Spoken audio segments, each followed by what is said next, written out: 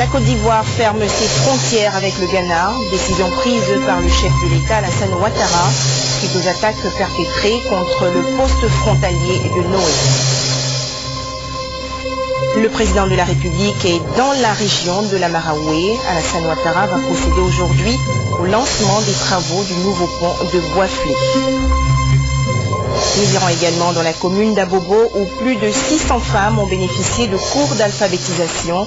Elles ont été présentées récemment aux autorités en charge du secteur. Bonjour et bienvenue sur RTI 1 suite aux attaques perpétrées contre le poste frontalier de Noé par des bandits armés dans la nuit de jeudi à vendredi dernier. La Côte d'Ivoire ferme toutes ses frontières avec le Ghana. Une décision prise par le chef de l'État Alassane Ouattara pour des raisons sécuritaires. Le bilan des attaques fait état de 5 morts du côté des assaillants et d'un blessé léger dans le rang des FRCI. Tout de suite, les explications de Abou Sanogo. Selon le chef du détachement des forces républicaines de Côte d'Ivoire, basé à Noé, le lieutenant Amadou connaît l'imminence des attaques au regard de la position stratégique que ces hommes et lui occupent à la frontière ivoiro-ghanéenne, commande de leur part une vigilance de tous les instants. C'est donc cette veille permanente qui, pour lui, a permis de mettre en déroute la bande armée qui a mené des assauts répétés sur leur position dans la nuit de jeudi à vendredi dernier. Ils sont arrivés, on les a laissés entrer suffisamment dans le dispositif.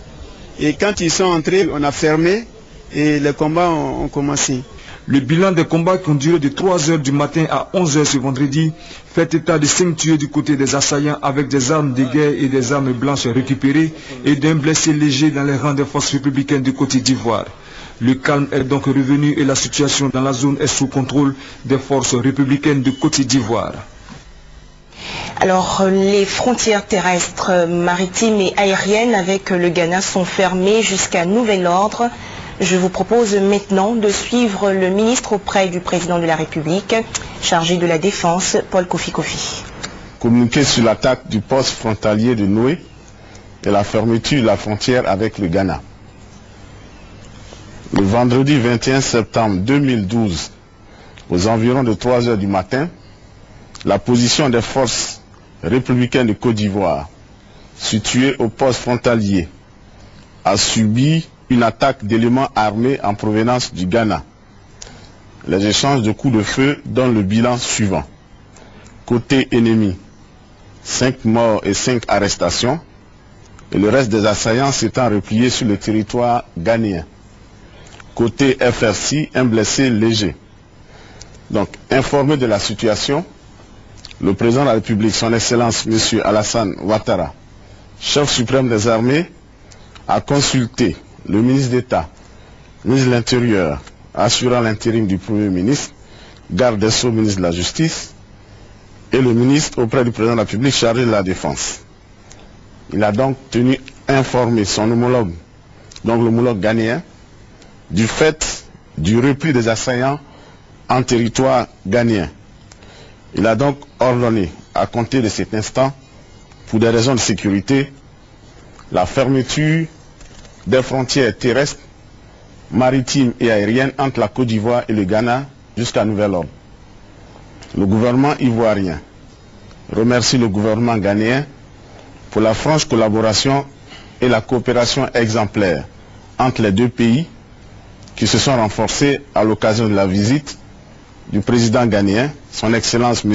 John Dramani Mahama, à Abidjan le mercredi 5 septembre 2012. Fait à Abidjan le vendredi 21 septembre 2012. Au chapitre sécurité, l'audience accordée par le ministre de l'Intérieur au représentant spécial du secrétaire général des Nations Unies. Au centre de la rencontre entre Ahmed Bakayoko et Bert Koenders, la question sécuritaire en Côte d'Ivoire. Les détails avec Abou Sanogo. La question de la sécurité était au menu de la rencontre entre le ministre d'État, ministre de l'Intérieur Ahmed Bakayoko et Bert Koenders, le représentant spécial du secrétaire général des Nations Unies en Côte d'Ivoire.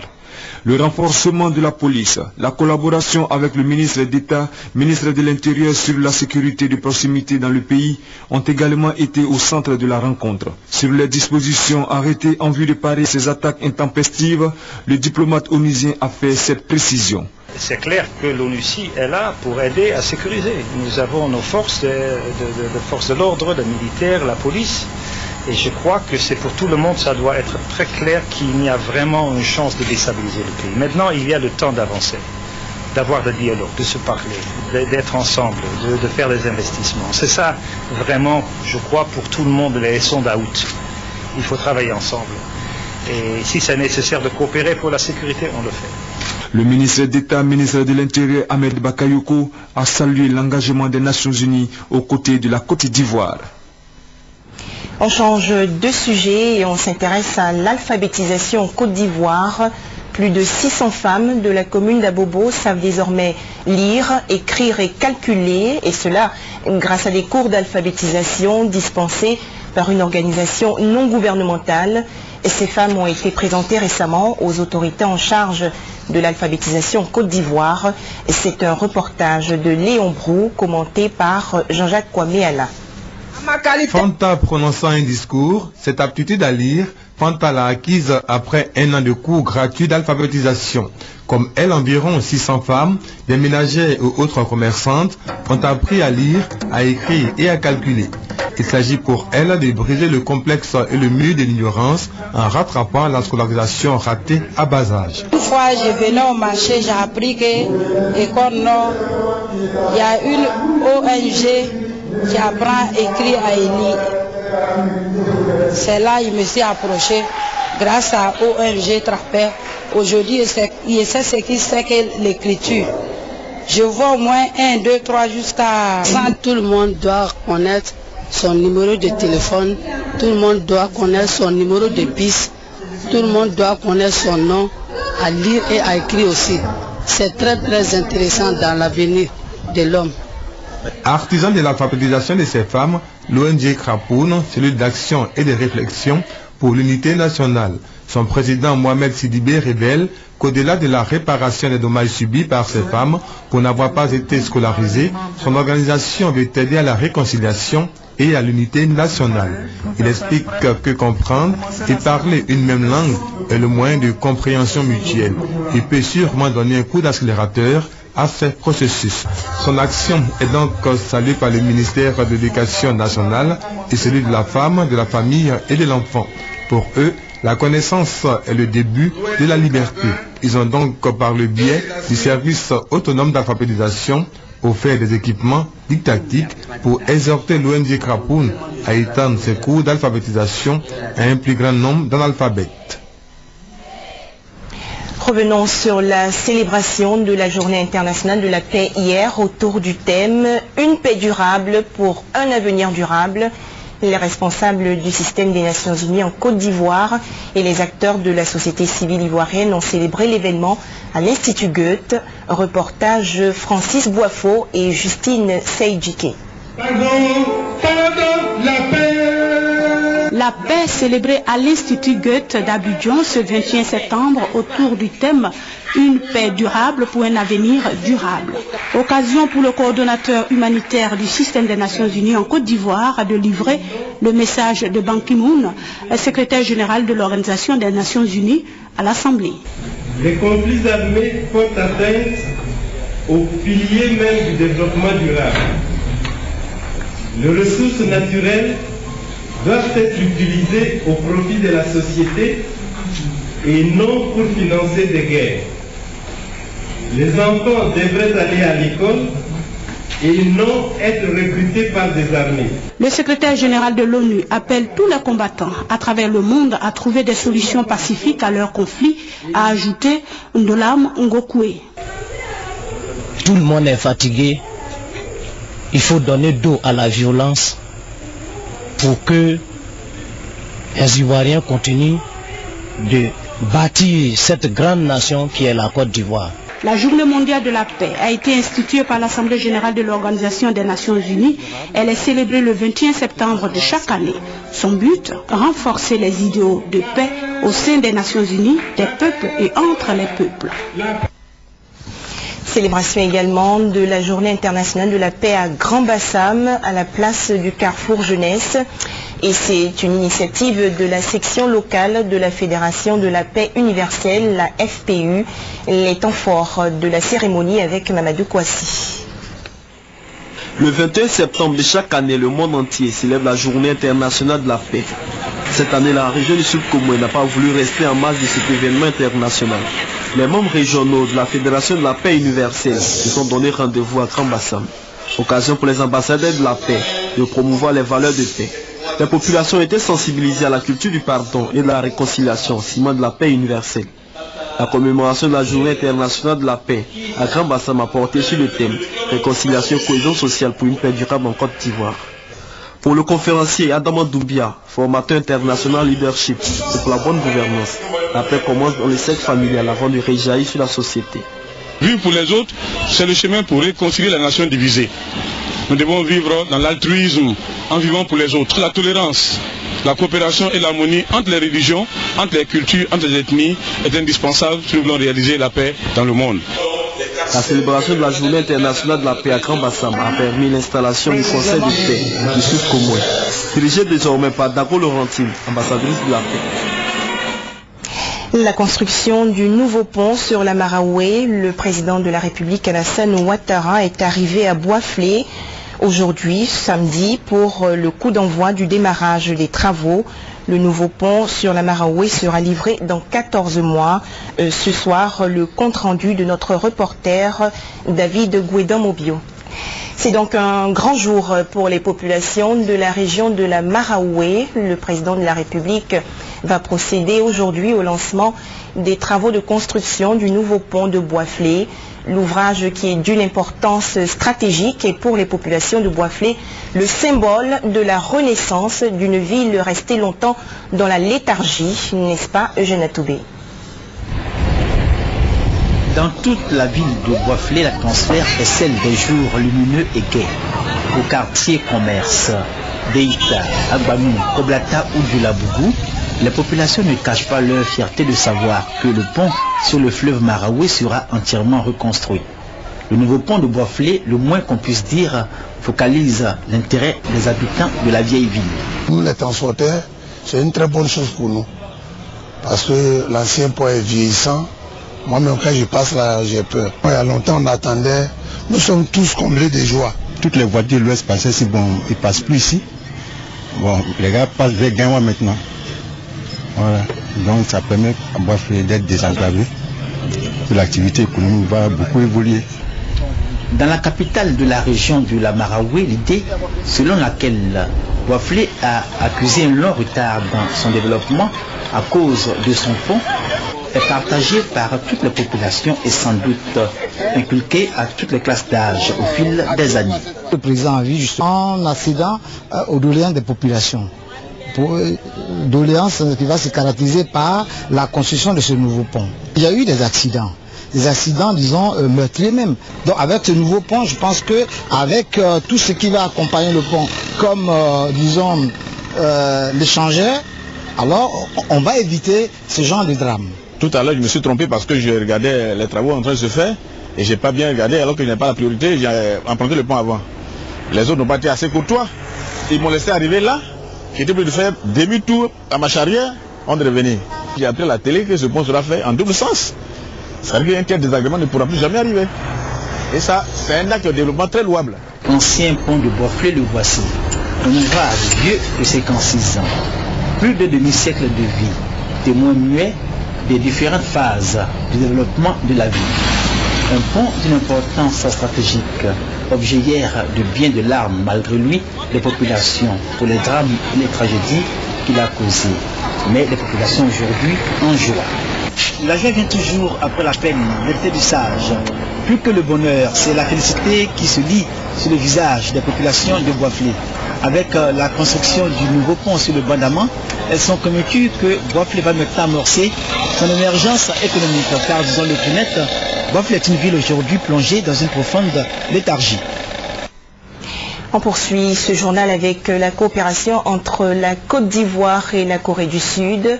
Les ministres de l'Environnement et des Ressources animales Alak Ouadurémy et Kobena Djoumani ont participé récemment à l'exposition internationale 2012 en Corée du Sud. Au centre de cette rencontre, les grandes problématiques environnementales de la planète, les précisions de Delphine Ougla. Après Echi en 2005 et Shanghai en 2010, c'est la Corée du Sud, précisément la ville de Yeosu, qui a abrité l'une des plus grandes manifestations scientifiques et culturelles intercontinentales dénommée Exposition internationale 2012. La Côte d'Ivoire était représentée à ce rendez-vous par les ministres Kobena Kwasi Adjoumani et Dr Ala Kwadjo Remi. Le ministre des Ressources animales et halieutiques et celui de l'Environnement étaient accompagnés d'une forte délégation de près de 30 personnes. L'Expo 2012 tournait autour du thème « Pour des côtes et des océans vivants ». Le ministre Kwasi Adjoumani a, au nom du président Alassane Ouattara, salué les bonnes relations d'amitié et de coopération qui lient la Côte d'Ivoire à la République de Corée. Il a également indiqué que la Côte d'Ivoire veut donner un signal fort à l'ensemble de la communauté internationale sur l'urgence et la nécessité de restaurer et de préserver nos écosystèmes. C'est pourquoi Kobena Kwasi Adjoumani a ajouté que la Côte d'Ivoire a choisi comme thème, en appui au thème général, l'océan Atlantique et ses côtes, source de vie des populations. Notre planète va mal et les menaces qui pèsent sur les grands équilibres essentiels sont de plus en plus nombreuses. Les catastrophes naturelles, le changement climatique, la réduction de la diversité biologique, la dégradation des côtes. Pour Lee Young-yi, commissaire général de l'Expo Yeosu 2012, il y a nécessité d'une prise de conscience pour la survie de notre planète. Deuxième édition de l'attribution du prix ASCAD de la recherche scientifique. Le Centre suisse de recherche scientifique, le CSRS, en est le lauréat 2012. La compétition a porté sur la protection et la promotion de l'environnement. Le témoignage de Victorien Angoua. Le Centre suisse de recherche scientifique CSRS, lauréat du prix d'excellence ASCAD de la recherche scientifique. Jeudi au plateau, le ministre auprès du président de la République chargé des relations avec les institutions de la République, Albert Agré, a remis le trophée et la somme de 5 millions de francs CFA au porte-parole de la structure. La thématique de 2012 porte sur l'environnement et le débat sur la question est une préoccupation pour l'humanité, rappelle le directeur de cabinet représentant le ministre de l'Enseignement supérieur et de la Recherche scientifique, le professeur Edmé Aboitié-Mansila. Ils sont donc 40 chercheurs ivoiriens à avoir effectué les travaux sur la biodiversité. La Côte d'Ivoire possède d'énormes potentialités en matière d'espèces animales et de plantes. Par exemple, sur 4700 espèces de plantes, la Côte d'Ivoire en détient 52%. Nous avons axé nos recherches sur la biodiversité, la flore et la faune, spécialement sur les forêts et les animaux en voie de disparition. Je prendrai l'exemple des chimpanzés, les singes à queue, les hippopotames pygmées. Ce sont des animaux qui sont très menacés. Malheureusement, la Côte d'Ivoire occupe le premier rang en matière de déforestation. De 1960 à nos jours, l'on enregistre une perte de 67% du couvert forestier en raison de l'action de l'homme. Il faut réagir d'urgence pour éviter la dérive écologique. Nous lançons un cri d'alarme pour une prise de conscience, non seulement des populations qui vivent à côté de ces ressources, mais aussi nos institutions pour permettre un bon mécanisme de conservation et de suivi. Le président de l'ASCAD, le professeur Batlemi Kochi, félicite les lauréats de l'édition 2012 et encourage l'ensemble des compétiteurs. La participation est un signe positif de l'engagement dans la quête de la connaissance pour soi-même, mais pour les structures, pour la Côte d'Ivoire et pour l'Afrique.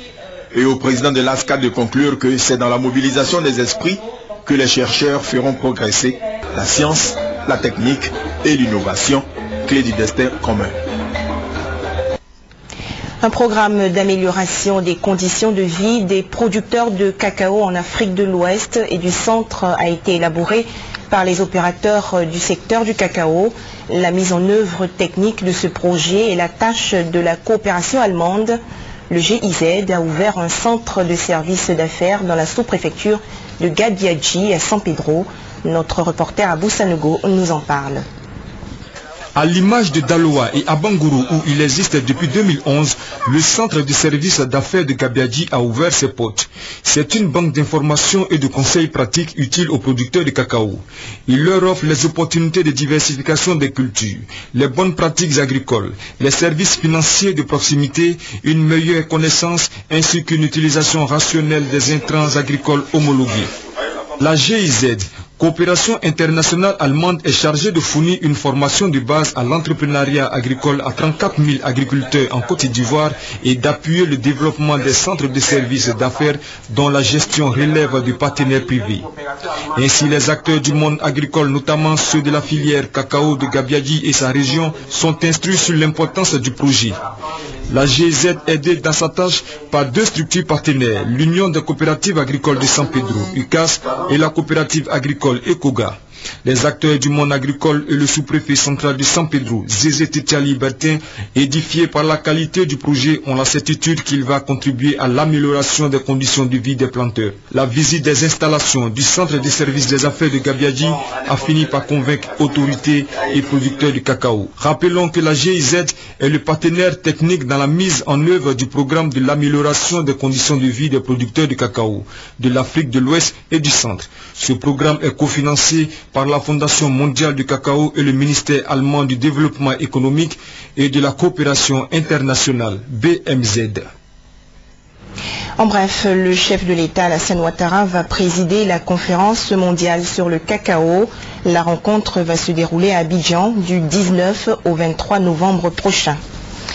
Les Ivoiriens de la diaspora vivant en France ont décidé d'investir dans l'immobilier et dans divers autres secteurs d'activité en Côte d'Ivoire. Ils veulent contribuer au développement de la Côte d'Ivoire en soulageant les Ivoiriens confrontés aux problèmes de logement. On écoute Patricia Omouetia. Ils sont Ivoiriens, vivent hors de leur pays, en France précisément. Ce sont les Ivoiriens de la diaspora. Aujourd'hui, ils sont prêts à apporter leur contribution au développement économique et social de leur pays. Ces Ivoiriens vivant en France ont décidé d'investir dans l'immobilier, bâtir des logements sur un site déjà à leur disposition, accessible à tous les Ivoiriens dont la quête d'un toit est plus que manifeste. Samassi Matenet, responsable du projet immobilier, a conscience que le besoin des Ivoiriens à accéder à la propriété immobilière est immense. Aussi, invite-t-elle les Ivoiriens de la diaspora à investir dans l'immobilier et dans divers autres secteurs d'activité en Côte d'Ivoire. L'argument avancé par Samassi Matenet est que la Côte d'Ivoire est aujourd'hui fréquentable. Avec le président Alassane Ouattara, c'est la vision affichée d'une Côte d'Ivoire, pays émergent à l'horizon 2020. L'ambassade des États-Unis en Côte d'Ivoire veut mettre la documentation de l'Amérique à la disposition du personnel de la RTI. Une présentation de ces ressources documentaires a donc été faite hier à la télévision par le Centre de documentation et d'information de l'ambassade américaine. L'objectif est de susciter le goût de la lecture chez les agents en vue de les rendre plus performants. Un anniversaire dans cette édition, c'est celui du quotidien L'Intelligent d'Abidjan, créé en pleine crise ivoirienne en septembre 2003. Le quotidien indépendant a célébré ses 9 ans d'existence et pour marquer l'événement, une conférence a été organisée autour du thème « Presse indépendante, enjeux, perspectives et difficultés pour l'Intelligent d'Abidjan ». On en parle avec Lanciné Ouattara. Le quotidien L'Intelligent d'Abidjan, pour marquer ses 9 ans de parution, a convié partenaires, personnalités du monde des médias et hommes d'affaires à un déjeuner à Yopougon, dans le district d'Abidjan.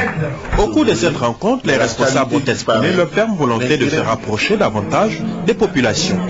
S'affichant comme l'un des quotidiens indépendants de Côte d'Ivoire, le directeur général de cet organe, Assé Alafé Wakili, avoue que la tâche n'est pas toujours aisée. En 9 ans, il est très difficile pour un journal de tenir la route si l'on n'est pas soutenu par des lecteurs exigeants et fidèles, par des annonceurs rigoureux et audacieux, pariant sur l'avenir et surtout par des hommes et des femmes de bonne volonté qui croient en la presse privée libre, indépendante et professionnelle. Le directeur général de l'intelligence d'Abidjan annonce par ailleurs de grands changements au niveau de son groupe qui envisage de développer d'ici 2013 son offre éditoriale avec la création de nouveaux supports. Il a salué la loyauté, la disponibilité et l'engagement de son personnel, promettant aux journalistes de se conformer d'ici 2013 aux engagements pris par le groupement des entreprises de presse privée de Côte d'Ivoire, GEPSI, à l'issue des états généraux de la presse.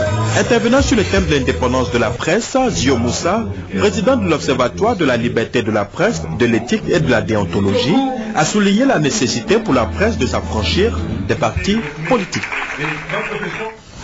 La Côte d'Ivoire, à l'heure et à l'ère de la réconciliation nationale, les chefs crew de la région du Haut-Sassandra et des autres régions s'engagent pour la paix. Ils se sont donc retrouvés à Issia pour le témoigner en présence des autorités administratives et politiques de la région.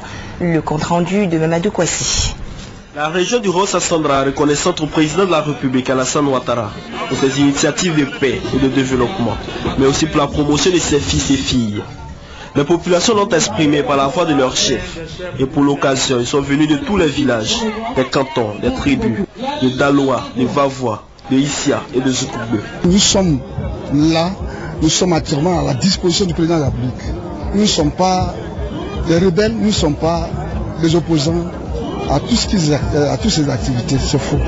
Et nous voulons réellement, aujourd'hui nous avons déjà mis les jalons de la réconciliation. C'est ici, sur ce site-là, que nous l'avons béni et nous l'avons bien lui remettre la clé de la vie. Un chef doit donner la direction à son peuple.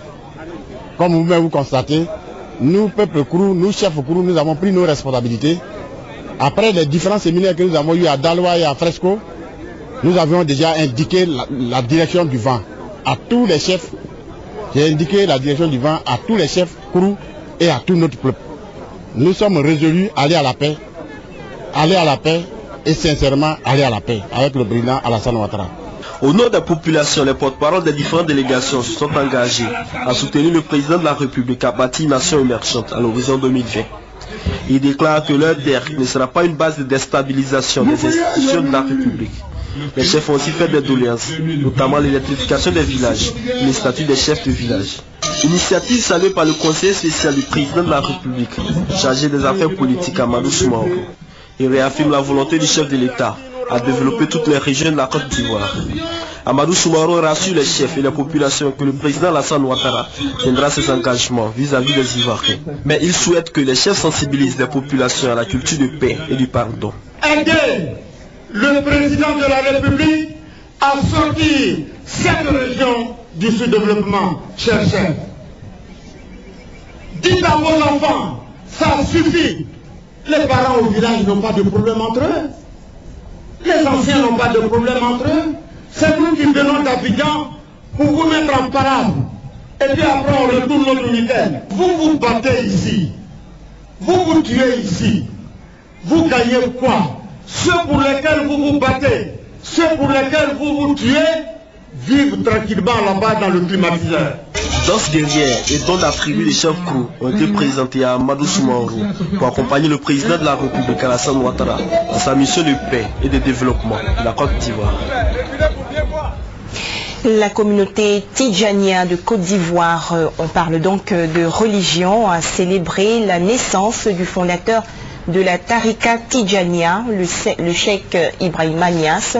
L'occasion pour les fidèles tidjanites de s'informer afin de maîtriser la pratique de la Tidjania. Les précisions de Mamadou Kouassi. L'association Nasrul Hilm commémore depuis quelques années la naissance du cheikh Ibrahima Niasse, père fondateur de la Tarika Tidjania. Thème retenu, la Katimiya ou la dimension cachée du cheikh Ahmad Tidjan Sissi. C'est le stade Champrou de Marcory qui a accueilli les 20 000 fidèles avec pour invité spécial l'imam de la grande mosquée de Kaolack à Médina basé au Sénégal, le cheikh Ahmad Tidjan Sissi. Pour le guide spirituel de Nasrul Hilm, le cheikh Chérif Omar Abdel Aziz, il s'agit pour sa structure d'apprendre les valeurs de la Tidjaniya. Le cheikh soutient que la Tidjaniya est une voie de rapprochement du fidèle à son créateur. Dans son intervention, le cheikh Ahmad Tidiane Sissé a sensibilisé les fidèles sur les astuces des zikr et a aussi présenté les dimensions spirituelles de la Tidiania. Le guide spirituel a prié pour la paix en Côte d'Ivoire et pour le renforcement de la cohésion sociale. Pour cette rencontre, des délégations sont venues des pays de la sous-région. Occasion pour elles de s'associer à leurs frères de la Côte d'Ivoire pour adresser des prières à Allah pour la paix dans le monde et surtout en Afrique. Le Mali célèbre le 52e anniversaire de son indépendance. Le pays est, vous le savez, désormais coupé en deux, le nord étant sous le contrôle de groupes islamistes armés étroitement liés à la branche maghrébine d'Al-Qaïda. Hier, le président malien de transition Dioncounda Traoré a appelé les islamistes à la négociation et au dialogue. Voilà, merci de votre attention. Mais avant, retenons que le président de la République, Alassane Ouattara, est à Boisflé pour le premier coup de pioche marquant le début des travaux de construction du nouveau pont. Ce soir, vous aurez le compte-rendu complet de notre reporter Viviane Haïna. Très bonne suite des programmes sur RTI 1.